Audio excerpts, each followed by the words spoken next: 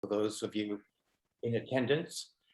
Since we've begun using the Zoom process, our attendance limits have gone way up, and we appreciate your interest when we have one speaker or one listener coming in from New York State today. So that's great. Congratulations.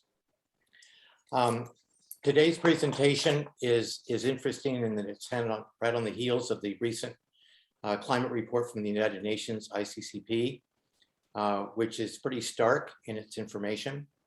I think that local planners across the country have a lot of work, sort of a new paradigm of what we need to think about in terms of planning with the shifts of climate change happening more rapidly than we expected, and how we're going to meet those challenges.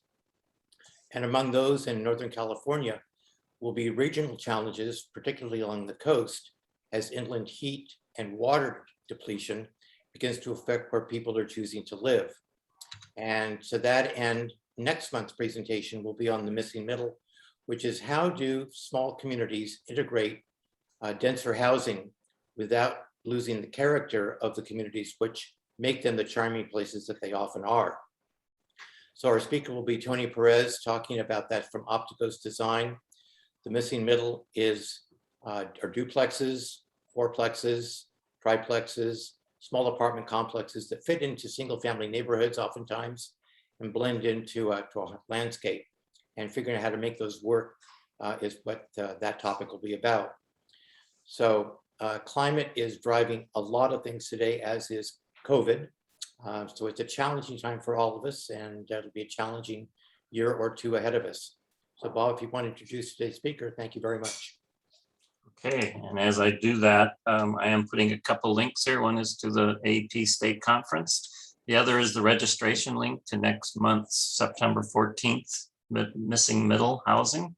Thank you, Bob. And if you have any questions or other information or have suggestions for future panelists, feel free to contact me. I put my email address on there too. So we're excited today to introduce County Planner Connor McGuigan.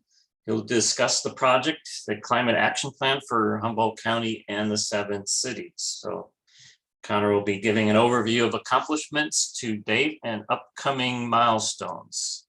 Presentation will focus on a central question to the Climate Action Plan effort. How can our local jurisdictions reach ambitious state targets for greenhouse gas reductions?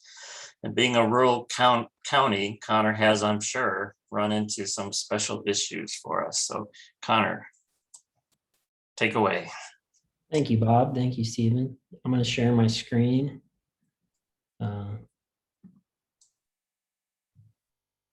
see.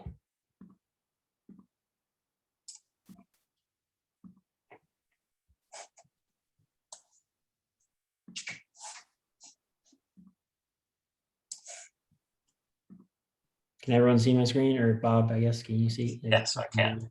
Okay, great. Yeah, so I'm going to present today about the Humboldt County Regional Climate Action Plan. And, you know, just to briefly mention what Stephen brought up, the IPCC report, today we're going to kind of zoom in a bit. And if you can think of different levels of local government, or sorry, of governments taking action on climate change, we're kind of going to be zooming into the local level, which for Humboldt County is like an infinitesimal slice of the global greenhouse gas emissions. And then also a bit about the state level, which is a bit more significant when it comes to actually, doing something meaningful about climate change. So I think it's important, though, to look at what we can do locally, because so many of us are directly involved with local agencies and local governments, and this is kind of what we can do with our policies and with our own actions and lives to kind of fit in within the framework of state climate action and global climate action. So yeah, I'm excited to walk you through all of this and bring you in on sort of the local side of things as we're all contemplating some of the dire news about global climate change. And I'm going to start with CEQA. This is kind of the driest part of the presentation, but something that will be interesting to all of you as planners. So I'm just going to read off or highlight this section of the CEQA guidelines with which many of you are probably familiar. So lead agencies may analyze and mitigate greenhouse gas emissions at a programmatic level, such as in a general plan or a long-range development plan or a separate plan to reduce greenhouse gas emissions. So that clause is calling out a climate action plan. And basically later project CEQA documents can tier from or incorporate by reference that existing programmatic review. And then there's a piece here about project-specific environmental documents may rely on an EIR containing analysis of greenhouse gas emissions. So basically, it's common practice to use a climate action plan with an EIR to streamline the future analysis of greenhouse gas emissions. And this allowance is part of the impetus for doing this climate action plan. That CEQA section of the guidelines has requirements for a climate action plan if it's going to be used for tiering. So it has to have a greenhouse gas inventory and forecast, a local greenhouse gas reduction target that's in line with state targets, a quantified set of greenhouse gas reduction measures that shows how the lead agency is going to reach that target, and then an implementation and monitoring plan. So the state basically is wanting to use, with this update to the CEQA guidelines, is wanting to incentivize the creation of local government climate action plans. It's an incentive, not a requirement, to create a climate action plan. And we've seen, over 40% of local governments creating a climate action plan.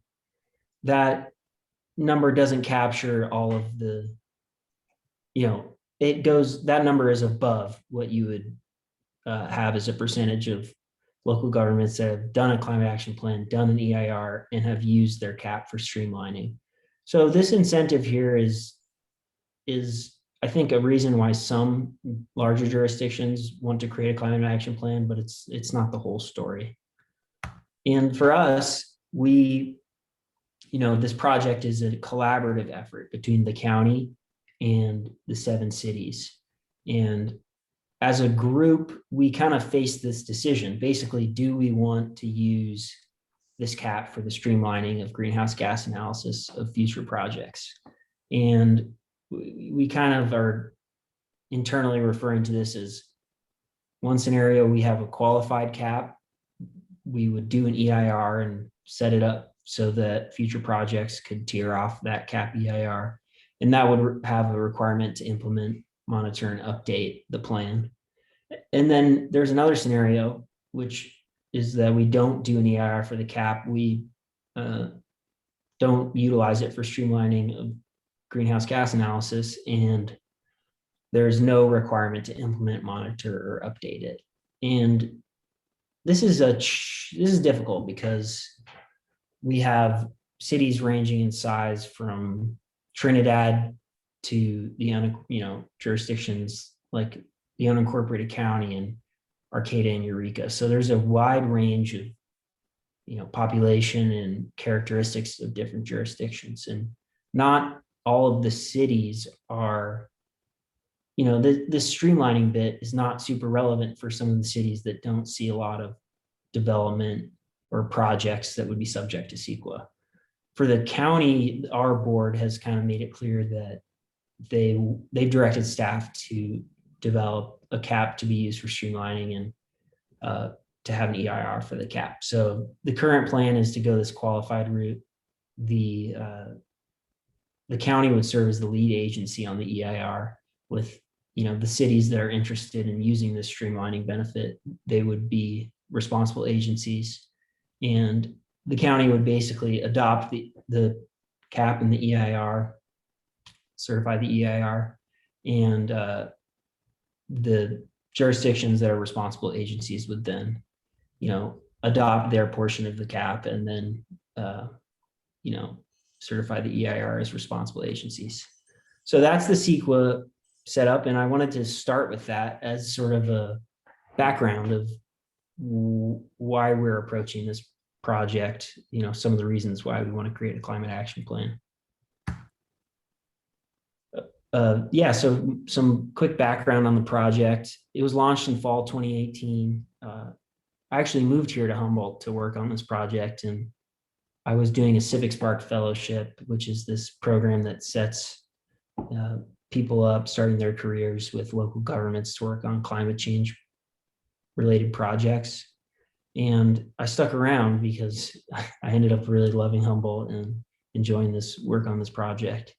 So we've reached some of those milestones that I outlined that the state requires for climate action plans. So we have an inventory and forecast. We have a set of measures that are quantified, showing greenhouse gas reductions. We have a target, and we have basically everything we need for the first draft of the climate action plan, which we're going to release this month. And I'm sort of going to give you an inside look on that before we release it. And once we release that first public draft, we'll begin the CEQA process. And we're hoping to have this wrapped up with the cap adopted by the cities and the county in February 2022.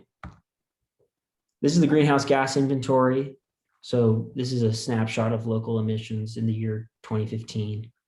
Transportation is the majority of emissions. Stationary combustion, which is basically the consumption of fuels like propane and natural gas within buildings. Electricity consumption within buildings. Livestock is another major source of emissions. And then industrial sources, solid waste, and then some other, smaller sources of emissions here.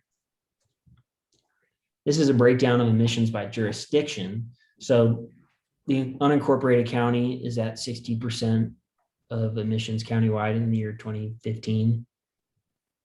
These numbers kind of line up with the population breakdown for each jurisdiction. It's a little skewed for the county because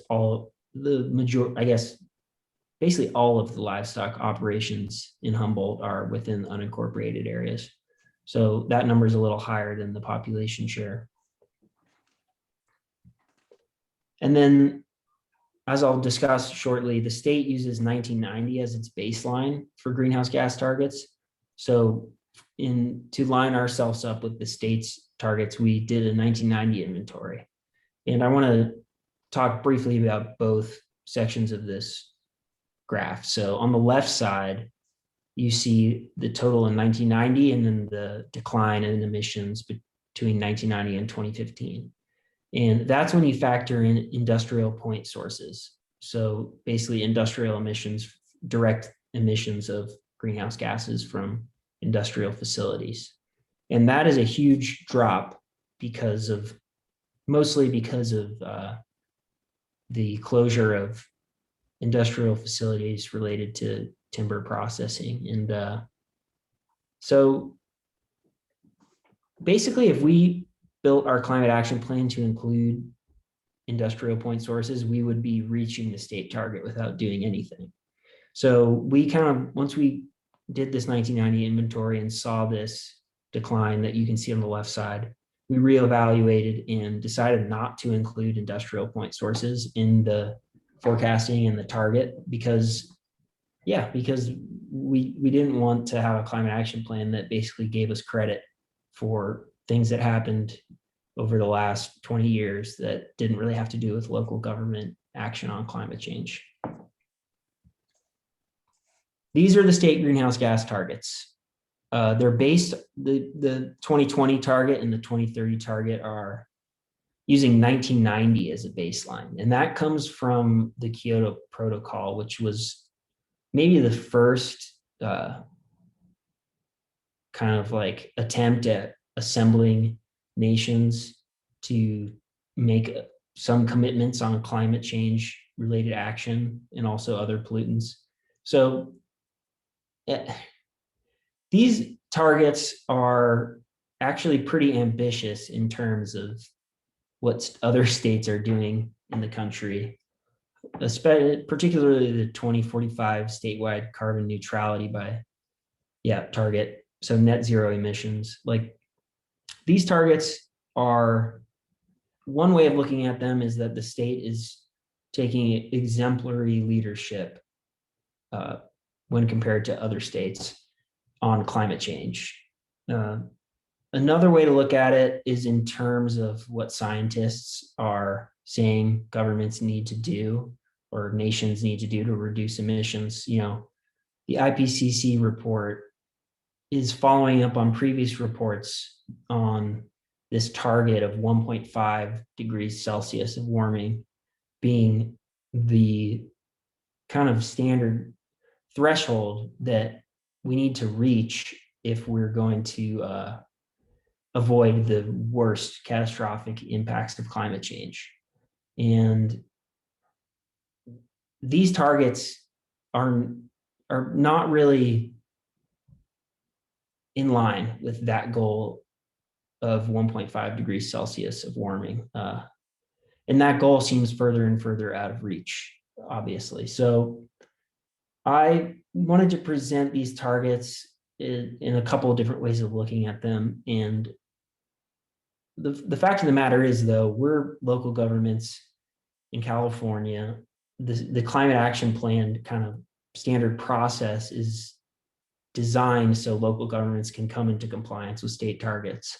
And I'm going to show how reaching these state targets as a region is actually a huge challenge and requires pretty drastic climate action. So that being said, you know, it is important to look at these targets in the context of global climate change and what scientists are saying we need to do. I'm going to do a time check. Hey, Bob, what time is it? Question. It is 12:21. Okay, thanks. So here's our target for the Humboldt cap. It's in line with the state's target for 2030. So how can we reach 40% below 1990 levels of emissions by 2030? I just want to kind of give an overview of Humboldt County, because I might, if I have time, I'm going to compare our cap to other jurisdictions' caps. So our 2015 per capita emissions is 11.3 metric tons of CO2 equivalent per person. That's pretty high. It's not, you know, the highest per capita emissions that I've seen in some other counties or cities that have made climate action plans, but that's a pretty high number. And it's because we're predominantly here, some of our population lives in rural areas and has to rely on personal vehicle use and traveling lots of distance to, you know, get around and do essential things. So that is a pretty high number, and it makes, in particular, transportation emissions pretty difficult to tackle.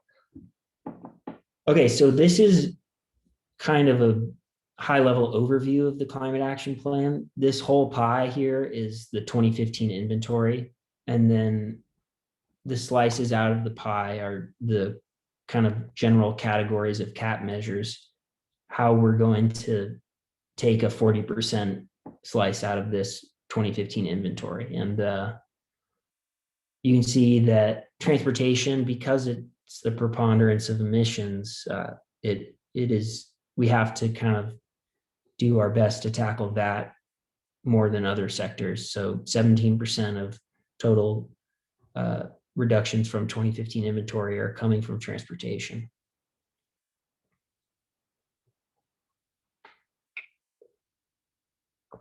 So here are the top 6 objectives in the climate action plan by their greenhouse gas reductions. So this is the plan to do something about emissions, to come into compliance with the state greenhouse gas targets.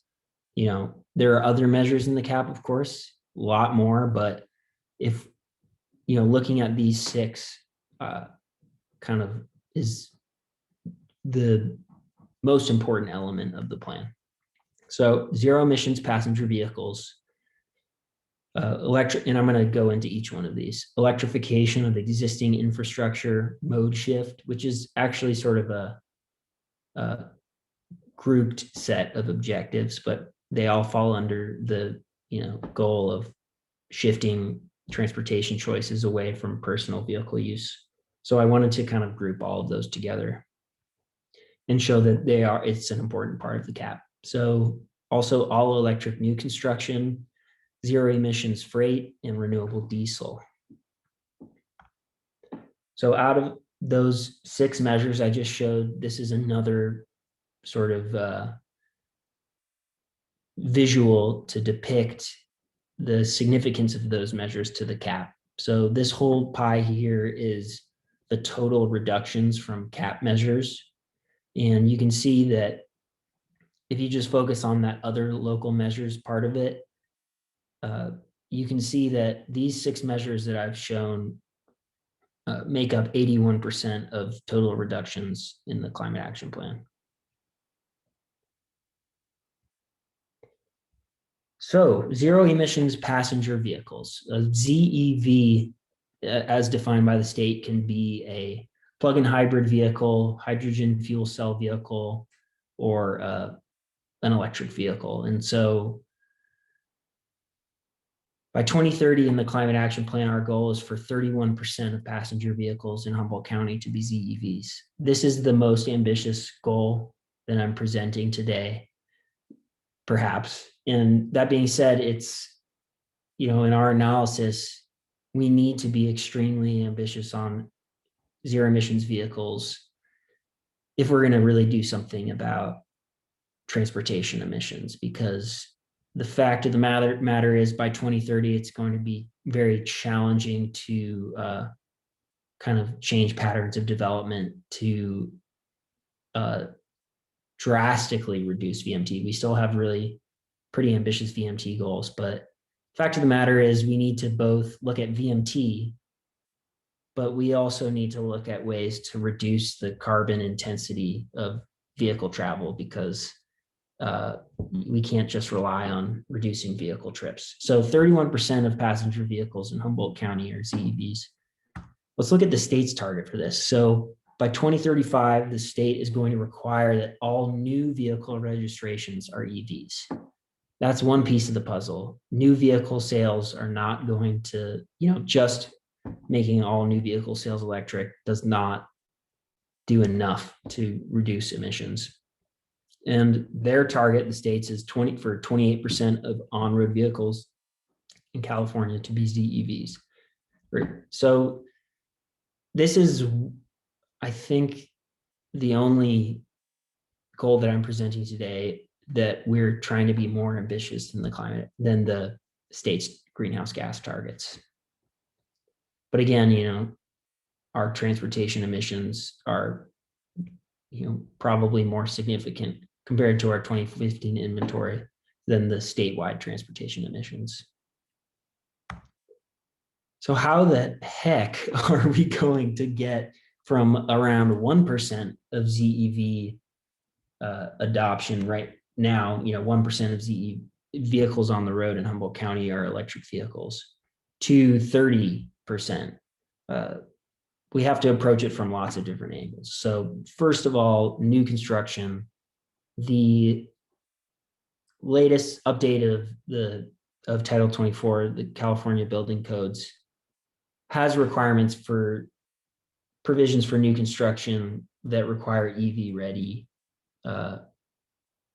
electrical panel upgrades and spaces for electric vehicles. That is important. It perhaps isn't enough because it's only applying to certain situations like multifamily development. And also it's important for local jurisdictions to incorporate some of the language like that into their zoning regulations or local building codes. I'm pretty sure Arcata has done that. I don't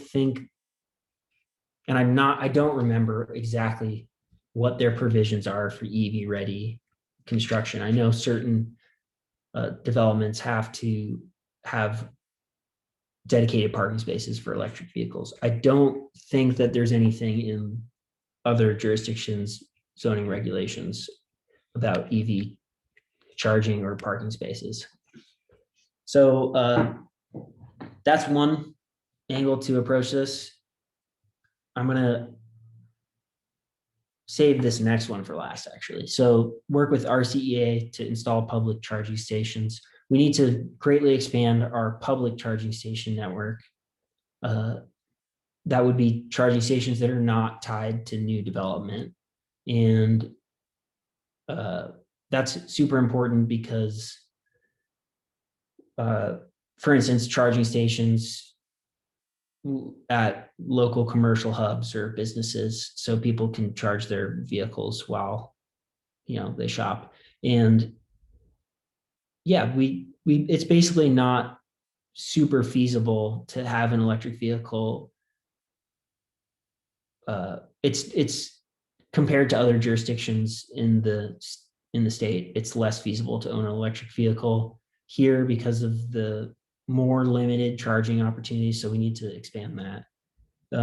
RCEA has some incentives for ZEV purchasing. We want to kind of expand that and have more local financial incentives like rebates for ZEV purchasing. And then the last one I want to highlight is this kind of cash for clunkers program that is administered by some air quality management districts throughout the state. And this one is super important because it targets not new vehicles, but people trading in their current vehicles for electric vehicles. So these programs basically provide loans and rebates to people to turn in their older, like pretty high emissions vehicles for, purchasing new electric vehicles. So that is a potential program that would target existing vehicle turnover. Okay, so that's electric vehicles. Now I want to transition into the second most significant measure in the CAP, electrification of existing infrastructure. This is another pretty bold one. So we've kind of modeled this pathway to reaching the target, and we see a requirement for 30% of homes and commercial establishments, existing development, to transition to electric. So that is targeting existing development. And we can look at the state's goals for this. The CARB has modeled some different scenarios, the California Air Resources Board, on what sort of action needs to be taken on existing buildings if the state's going to reach their greenhouse gas target. So we have a moderate scenario and an aggressive scenario. The state CARB has sort of recommended that the state pursue an aggressive goal for existing building electrifications, and that the moderate goal might not get the state to where it needs to be by 2030.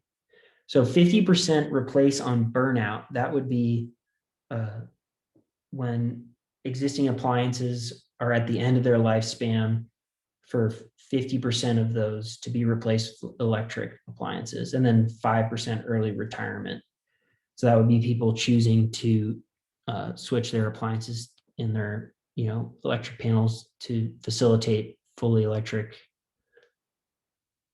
in existing buildings. So that, just like envisioning that scenario, seems extremely ambitious, and it's probably not enough for the state to reach its targets. So this is where I start to get a little moments like this, looking at these numbers, it gets a little daunting because, when looking at the state targets, I mentioned that those targets are sort of outdated based on the Kyoto Protocol from the 1990s. And they're probably not enough to get us to where they're not enough to get us to where scientists say we need to be to limit the worst effects of global warming. And then we look at these targets, which may not be enough. What does the state need to do to reach these targets? It needs to do incredibly ambitious things that seem so difficult. So again, this aggressive scenario where 90% by 2030, 90% of people switch out their appliances to electric when those appliances are at the end of their lifespan, and then 70% of homes swap to electric early. So yeah, it's really, when we look at the numbers and the targets for specific sectors, it starts to become more clear just how much we need to commit to some of these actions if we're going to reach our targets. So how can we, as a region in Humboldt County, hit that 30% target, which is a little less ambitious than the state targets? One way is to, we have carrots and we have sticks in the climate action plan, and, regulations and incentives. And one path to reaching this 30% target is to have this regulation, basically a reach code that requires buildings to be electrification ready at the time of sale, or if a permit is required for remodeling or renovation. And then looking at, an incentive funding on-bill financing. So that, I think that's typically a 0% loan that's paid off on electric bills or property tax, and financing for people to swap out their appliances. And then rebates, which RCEA is able to provide, and cities in the county could fund. And then there's a potential for, more regulation and ordinance requiring all new or replacement water heaters to be electrically powered. So I think we need to look at both regulations and incentives here to reach this really ambitious target. Bob, what time is it? Oh, I have my phone right here. 12:36. Okay, cool. I'm going to try to wrap up at around 12:45. I think we're on track to do that.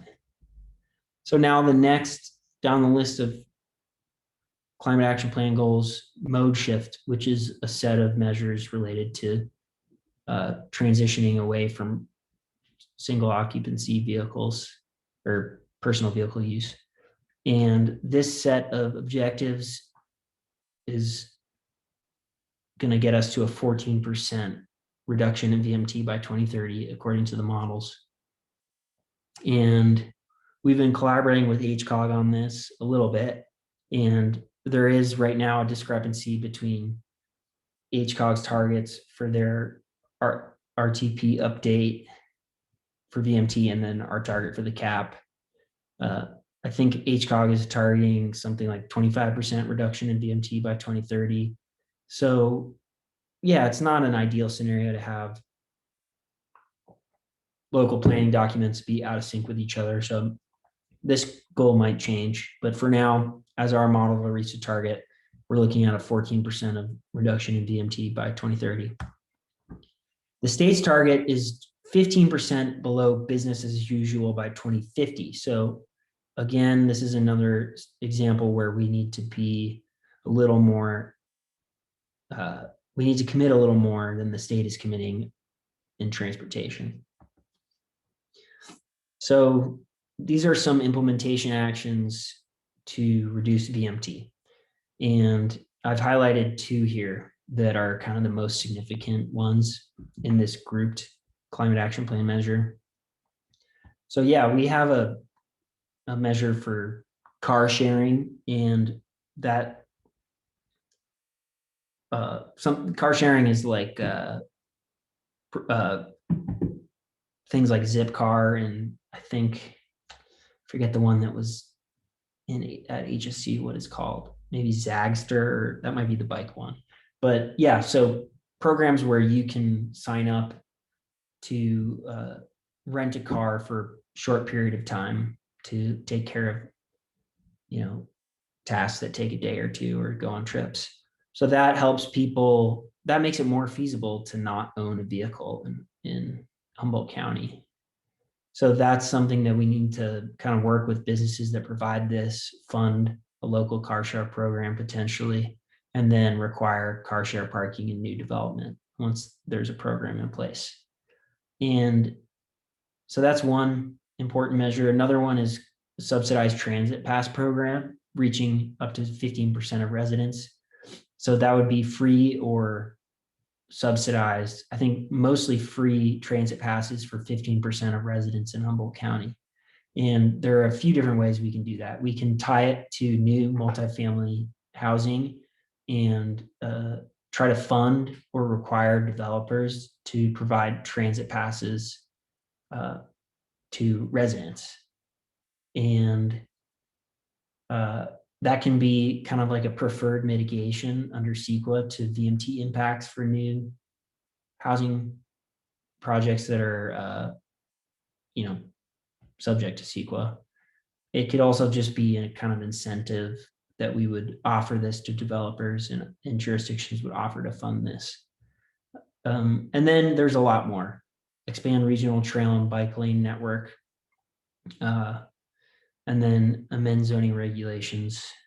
That's a big one. We could spend an hour talking about how to incentivize infill development through updating our zoning codes.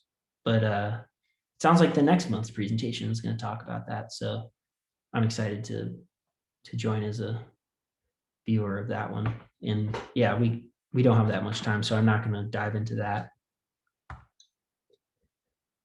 And then, so moving on, all electric new construction, which is, we're going to get less emissions from this measure, that emissions reductions from this measure than we got from the existing building electrification measure. And that's just because projecting development out to 2030,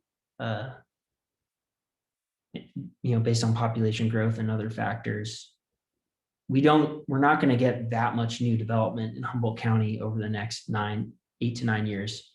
And if we only focus these electrification measures on new development, which is easier than targeting existing buildings, we're not doing enough. So yeah, this is an important piece, but it's not the whole picture. We already talked about existing buildings. So to talk about new buildings, this one's really simple. Basically, we need to adopt a REACH code ordinance that requires 100% of new construction to be designed all electric by 2030. And the state's target here is exactly that. And it's anticipated the state and future building code updates over the next couple of years is probably going to have some provisions about requiring 100% all electric new construction. I would say it's a sure bet within the next 10 years that the state is going to require all new construction, maybe with some exceptions, to be designed for all electric. And we've seen other jurisdictions like Berkeley and I think maybe San Jose, but there are a number of examples of cities that are getting ahead of the state here and have already adopted REACH codes for all electric new construction. Yeah, I think that there's an important other side to this. We have a regulation in this REACH code, and then we have ways we can set us up for success and not put a huge burden on developers of new housing and new commercial buildings by having this regulation. So this is going to be a huge challenge. It's less cost effective in Humboldt County to go all electric than it is in other places due to our climate. So it's going to be a challenge. So we need to have some sort of program that builds the capacity of developers and building inspectors to implement electric ready construction, and also incentive programs for the installation and electrical panel, upgrades and stuff like that. So this is a challenge, but it's a little more straightforward than some of these other measures because the most important element is a regulation that for which there is precedent.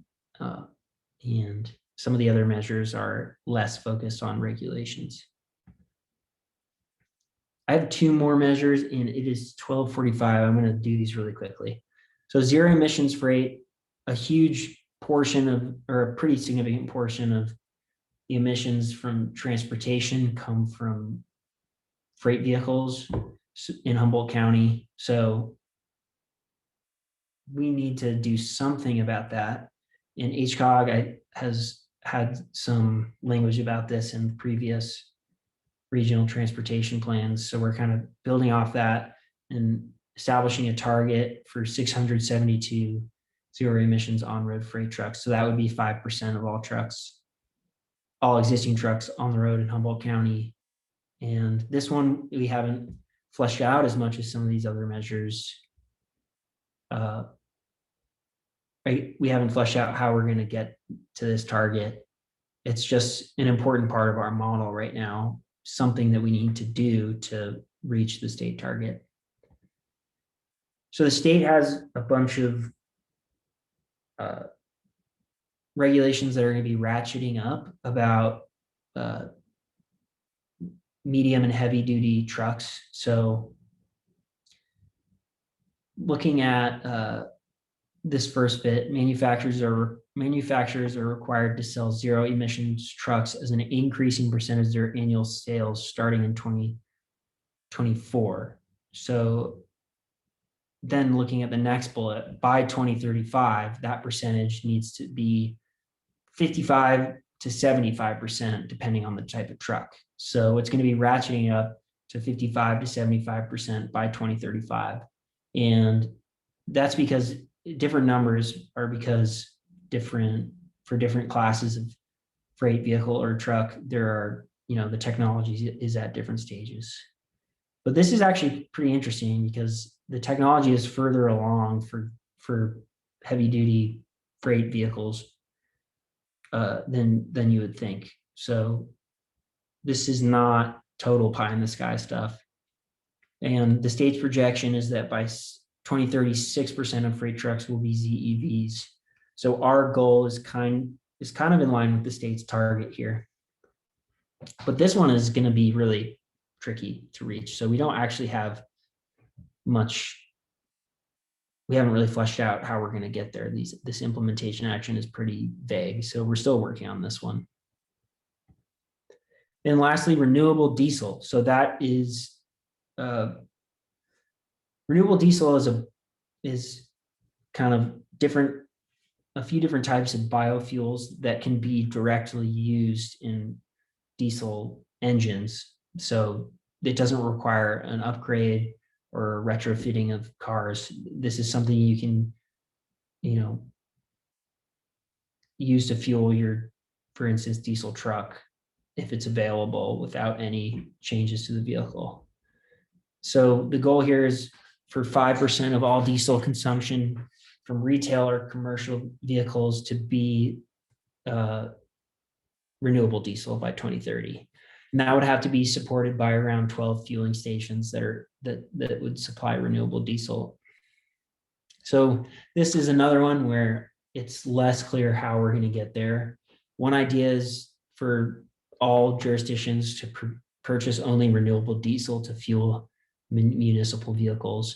And then also we're going to need to work with Renner and potentially other, we're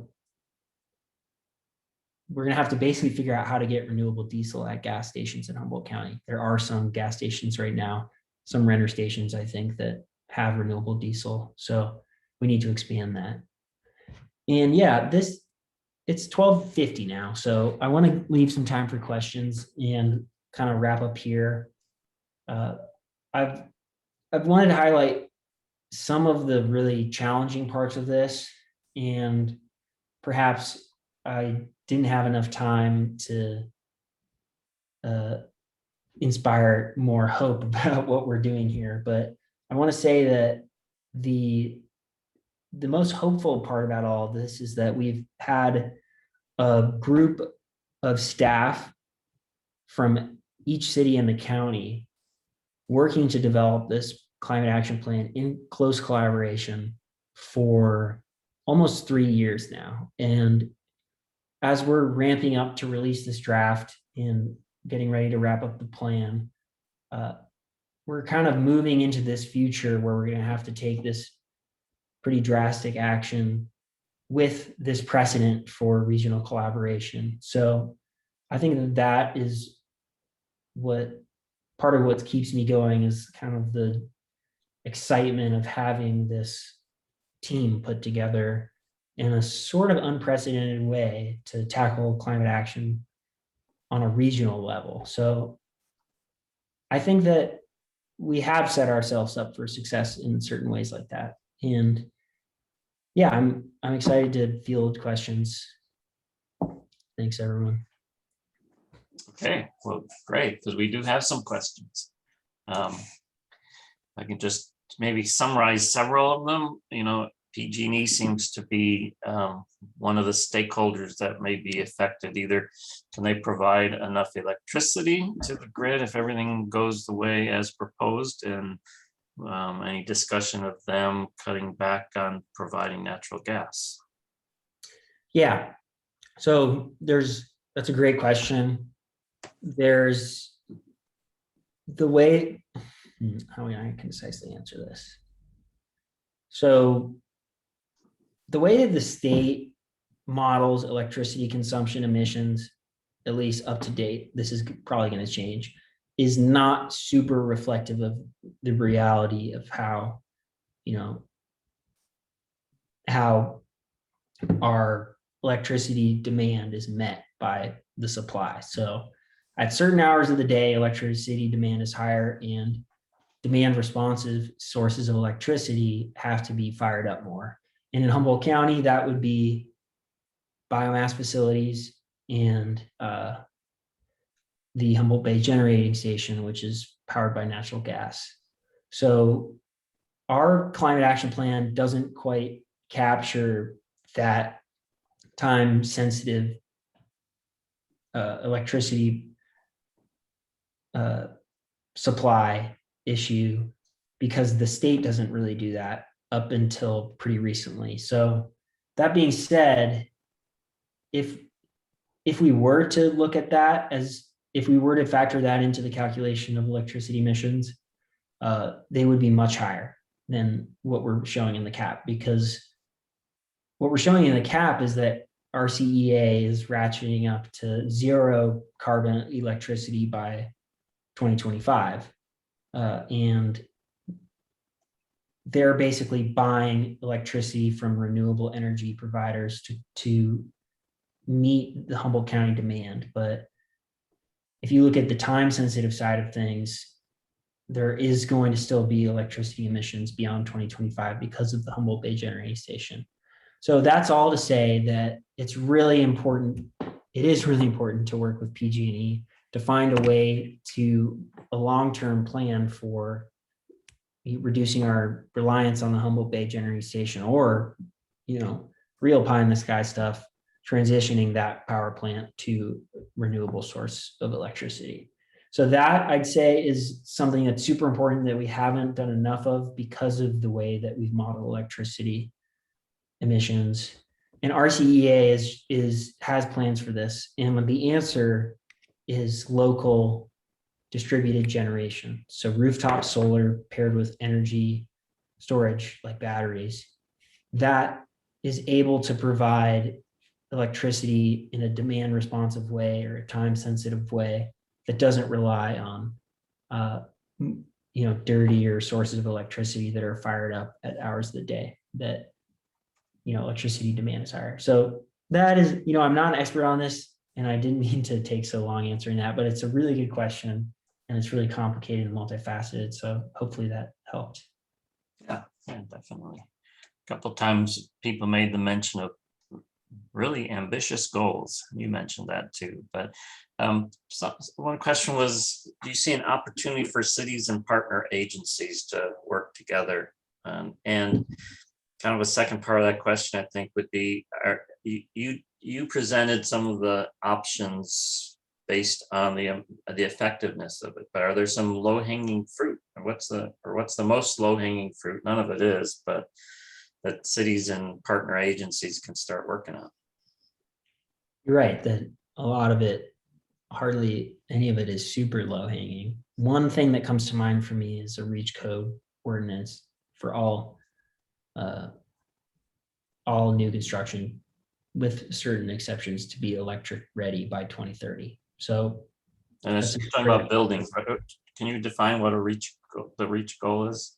Yeah, a REACH code is basically a local government adopting something into their building codes related to renewable energy that goes above and beyond the state requirements. So there are certain things that you need to show before you can adopt a REACH code, like cost effectiveness. So that is one barrier. But that being said, it's just a straightforward regulation that can reduce emissions by something like 5 to 10%. So that comes to mind as a low hanging fruit. Okay. And you mentioned solar and energy storage, batteries, something. So as far as small commercial entities and public entities, is that something you see technology getting us to be able to implement in the short term? Yeah, I'm not an expert on that, but yeah, I think that Humboldt County has a lot of solar installers and providers that are pretty, with it in terms of the latest technology. I've talked to a couple of them that, because Humboldt County has this history of off the grid sort of people interested in off the grid development or, energy self-sufficiency. So there is the capacity for that. We just need to figure out how to incentivize and fund it, basically. And that would be RCEA. So that would be the jurisdictions funding RCEA to have incentive and outreach programs. Okay. And do you see anything with natural gas being restricted? I mean, many of us have that for heating, cooking, and it's like, any state direction? I mean, that would again be PG&E saying, well, we're going to phase that out. Yeah. The state direction would come in the form of new building codes for new construction. I guess the state could adopt building codes related to renovation and remodeling. In terms of working with PG&E, I think that